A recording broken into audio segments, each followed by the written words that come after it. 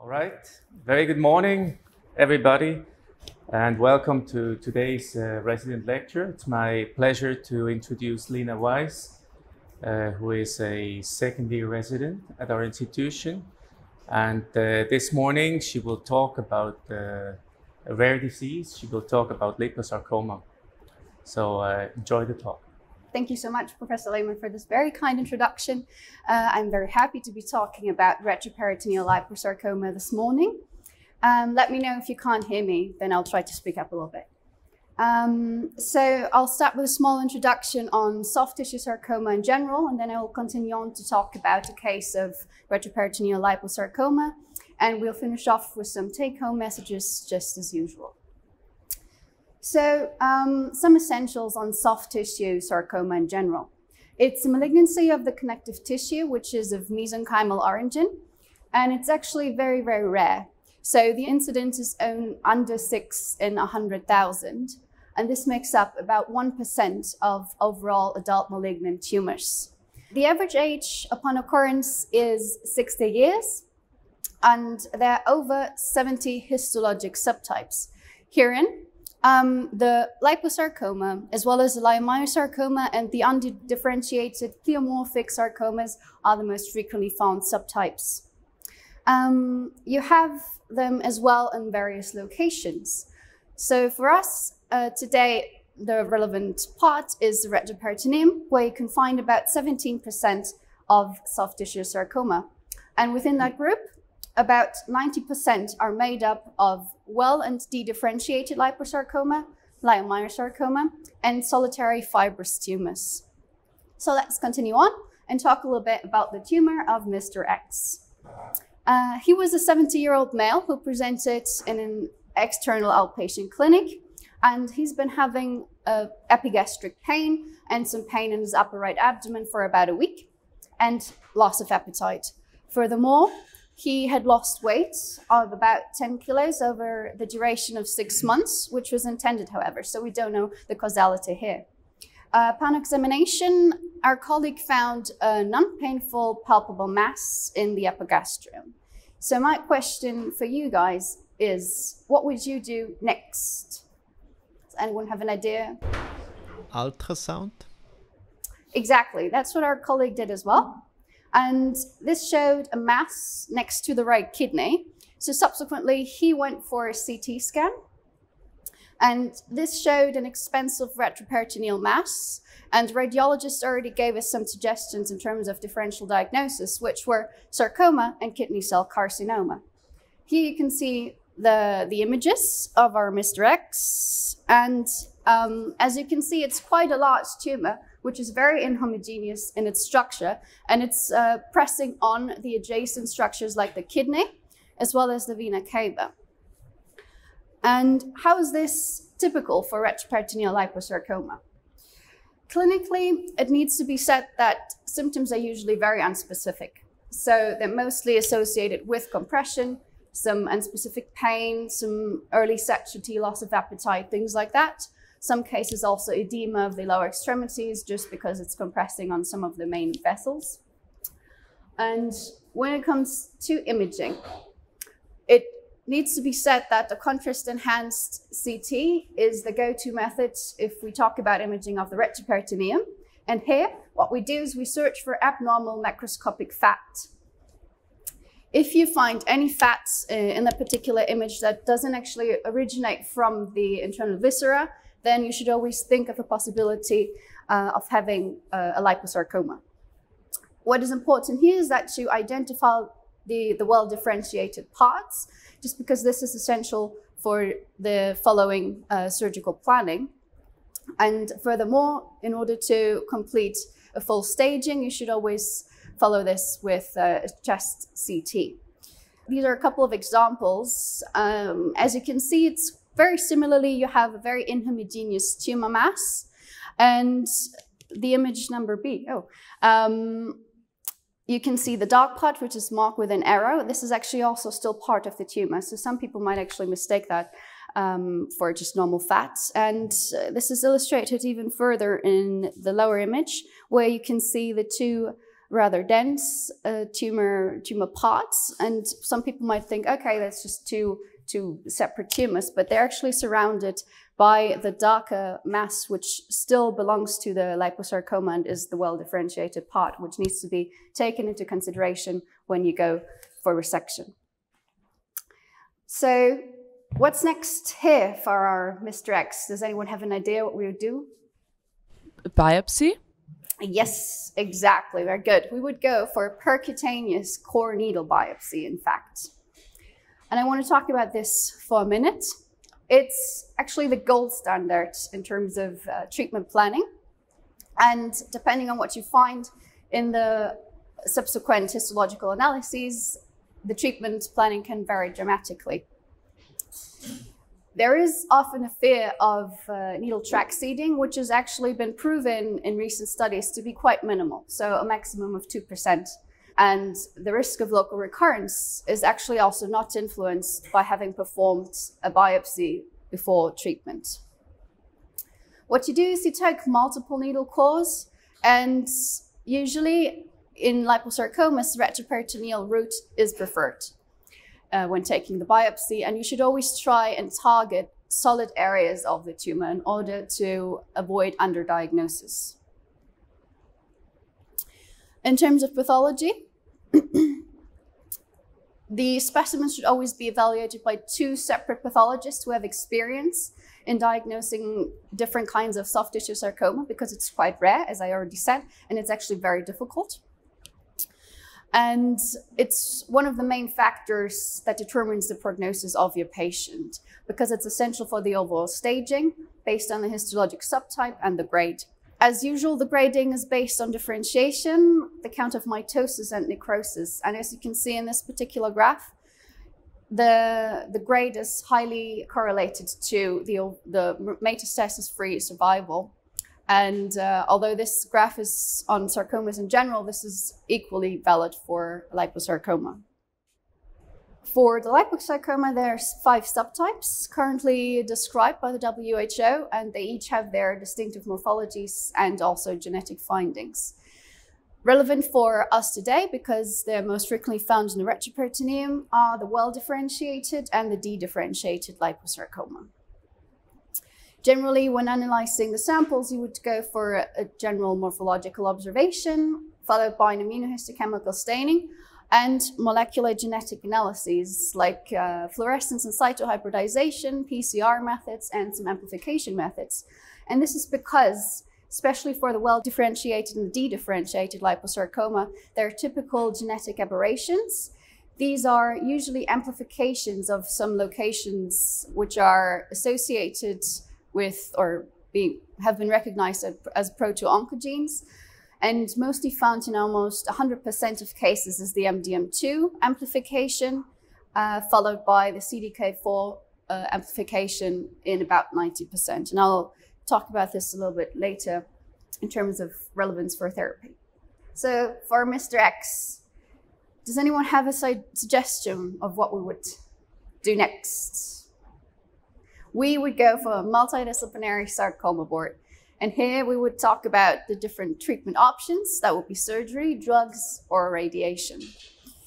And I want to continue on and talk about these options. So first of all, the surgical resection needs to be an extended multi-organ unblock resection that includes all adherent structures, even if they're not macroscopically infiltrated by the tumor. And our goal is the macroscopically complete resection. And in liposarcoma, wider margins are needed just because, as I mentioned with the imaging, it's often quite hard to differentiate the well-differentiated parts from the adherent fatty tissue. The surgical resection is also the go-to method when it comes to recurrence.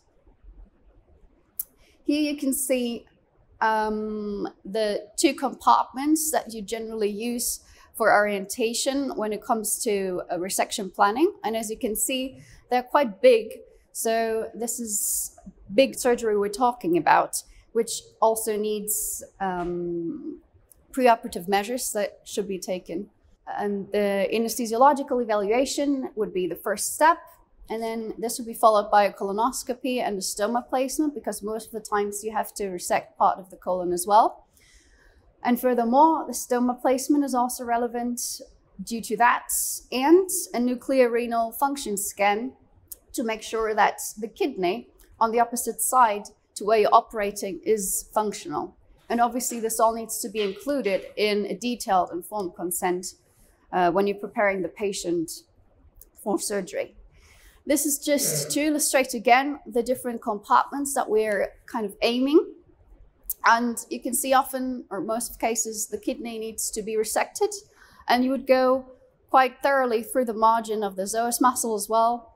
And as I already said, the colon in many cases has to be resected because it's usually quite close to the tumor mass. And so the competency of the surgeon needs to be accordingly. How about radiotherapy? So generally, your first choice would be to do preoperative radiotherapy, and you would usually do that with 50 Gray in fractions.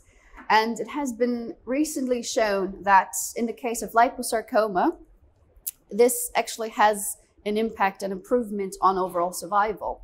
So Bonvalot et al. Last year, they published a study which has been done in a multi-center and open label randomized setting. And interestingly, this was only seen specifically for liposarcoma, but not other kinds of sarcoma. Postoperatively, radiotherapy can be considered, usually in quite large tumors that are deeply located or very high dedifferentiated grade, as well as after an R1 resection. And this is associated with just a better local control, but not actually with an improvement of overall survival. Another word on chemotherapy here. So usually the response of liposarcoma differs according to the subtype and is actually quite poor for the well-differentiated and the dedifferentiated liposarcoma. And therefore, generally, chemotherapy is not recommended in a setting where you can resect the tumor. So let's come back to Mr. X. He received a resection in an external hospital, and then his pathology showed a dedifferentiated liposarcoma of quite a significant size of about 23 centimeters, so it was huge. And unfortunately, the dedifferentiated parts were infiltrating the margins. So we're looking at an R1 or even an R2 resection here. Subsequently, his case was discussed in a sarcoma board, and they recommended follow-up. And this was done. And 9 months later, he received a CT scan, which showed this image. So as you can see, unfortunately, we have a new retroperitoneal mass, which is highly suggestive of a recurrence. Therefore, I want to talk a bit about recurrence, and it actually occurs in about 20 to 40% of cases, so quite frequently, and mostly within the 2 years after initial resection. The highest risk factors are non-RO resection, as well as age, the general size of the tumor, and the histologic subtype and grade. Once again, illustrating the importance of having a good histologic analysis and pathology. The treatment is similar as for primary. We have another evaluation with a biopsy, followed by staging and a discussion in a sarcoma board. This was done as well for Mr. X. He received a CT thorax to complete the staging just to make sure that there are no metastases. Also, they suggested to do preoperative radiotherapy and followed by restaging, including a colonoscopy, and then an en bloc resection, including all adjacent structures. And this we did here. As you can see quite nicely, there's the tumor mass, which has the pseudocapsule, and closely to that, you see parts of the colon. And in the situs, as you can see comparably well, the psoas muscle has been resected as well and was kind of included in the overall resection, just to make sure to kind of get it all out this time. We were able to preserve the femoral nerve, and the blue line is basically the mark of the vena cava, just as an orientation in terms of compartment that you saw earlier. So what's the prognosis of patients with this kind of disease?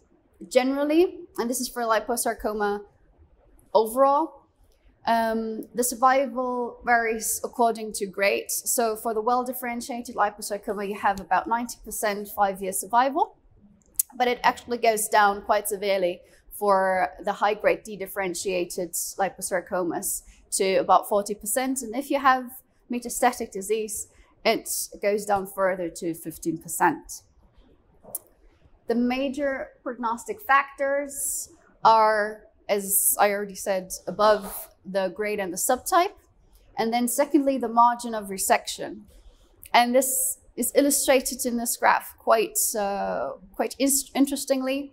So you can see that the survival is severely impacted when you have a resection with gross infiltrated margins. And then other factors like the age and the tumor burden, which is the size and the depth of the tumor, influence the prognosis and overall the site as well. So we're talking here about retroperitoneal liposarcoma, and this is already associated with a lower rate of 12-year survival of only 32 to 50%.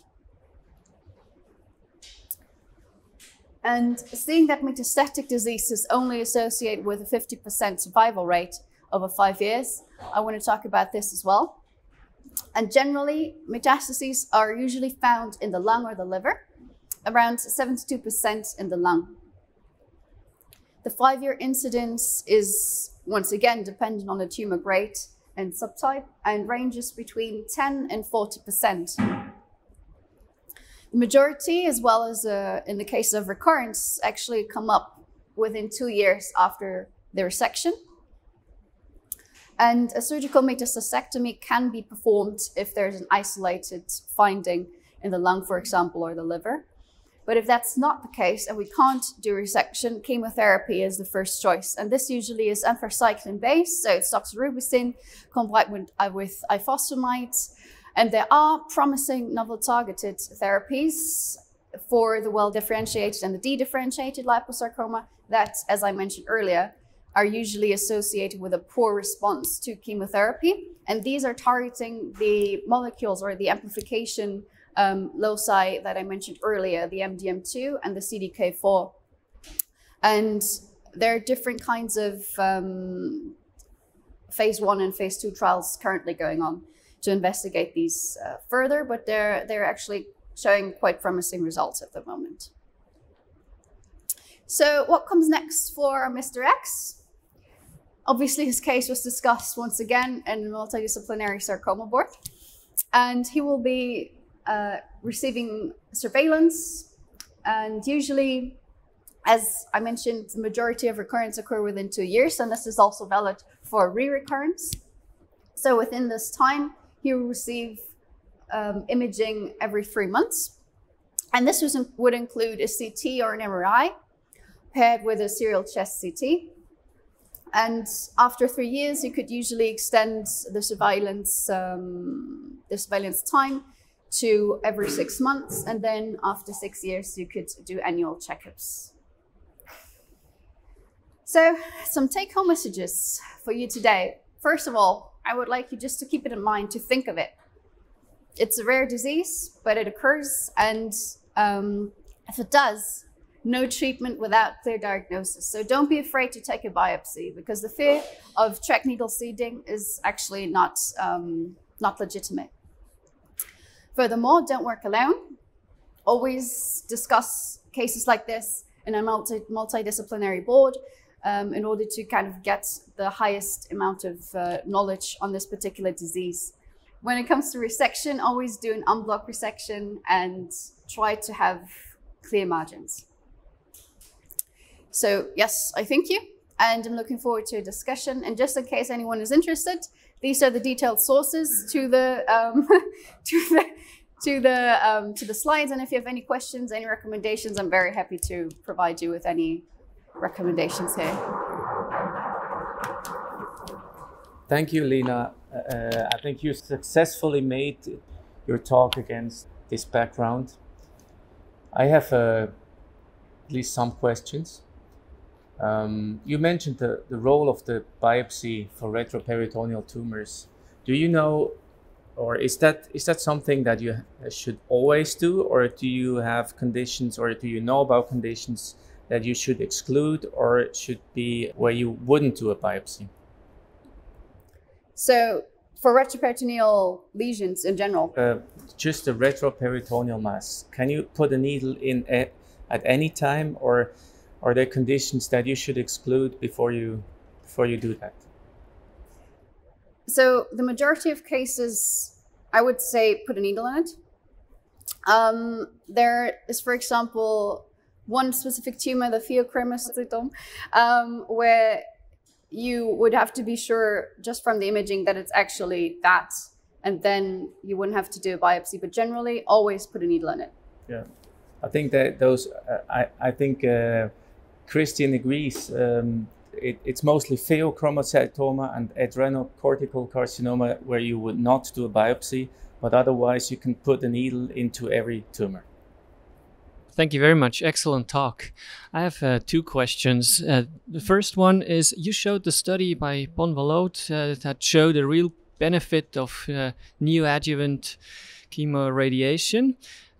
Should we do now chemoradiation in all patients, or should that still be in an individual decision on risk factors and so on?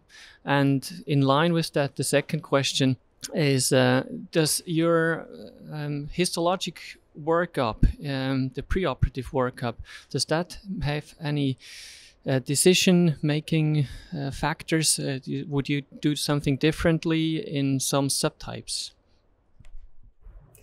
Yeah, so I didn't understand all of it, but I think I answered most of it. So in terms of radiotherapy, generally the decision-making in terms of therapy is always an individual decision and should always be discussed within a tumor board. And for liposarcoma, this is actually also a little bit dependent on the specific subgroups. So the well-differentiated and the de-differentiated of low-risk type are the ones responding to the preoperative radiotherapy. So once again, you should discuss that in your board, because if there is a possibility that according to the imaging, there is a higher rate of high-risk de-differentiated liposarcoma, one might need to discuss if radiotherapy is actually a good indicator or not. But yeah. Can I add something? Well, the difficulty with this TRUST study is that it contained only 260 patients, and they mixed up pathologies. So they also included leiomyosarcomas and liposarcomas. And in the end, the study was negative for the leiomyosarcomas, which are actually more aggressive and tend to metastasize into the lung. And it was surprisingly positive for the well-differentiated liposarcomas. So this study leaves us with a big question mark. Now, of course, it's always an individual discussion, but we should have some standards. And the standard is that radiotherapy is no longer recommended for all retroperitoneal tumors, but it may add a benefit, at least for well-differentiated tumors. So we tend to recommend it if they're clearly retroperitoneal. If they are intraperitoneal, we see those tumors sometimes. We don't do it because the margins may get less clear, and they're sometimes very difficult to resect after radiation. So it's another story. Thank you also from my side. Very scholarly presentation. I have one question. It feels to me like we are being very aggressive in terms of preoperative therapy. We're very aggressive in terms of operative strategies, yet recurrence still is a major concern. So what other strategies do we maybe have to think about in trying to bring down local recurrence rates? Is there maybe a role for intensified postoperative radiotherapy? Because retroperitoneal structures generally lend themselves well to radiotherapy. And maybe that is a site where we can do better? Yeah, that's a good question. That was a strategy which was performed in some institutions for some years. And we discussed that sometimes at the tumor board, these intra operative radiotherapy. It didn't made it into clinical practice actually, and particularly with the advent of stereotactic radiation, radiotherapists tend to say we do not have a benefit, and it's quite an effort to do that inside an OR schedule, which is highly booked. The other point is we're still not at the point where all those tumors are really, you know, resected in a proper way. I mean, Lina made an example, and this patient was actually enucleated, so that's, I think, the first part of the solution is us with the doctors that we stick to our plans. Thank you, Lina, for this really great presentation. I have just a general comment. Many patients come here, they have been operated in other centers, and then they come here for evaluation of a R1 or R2 situation.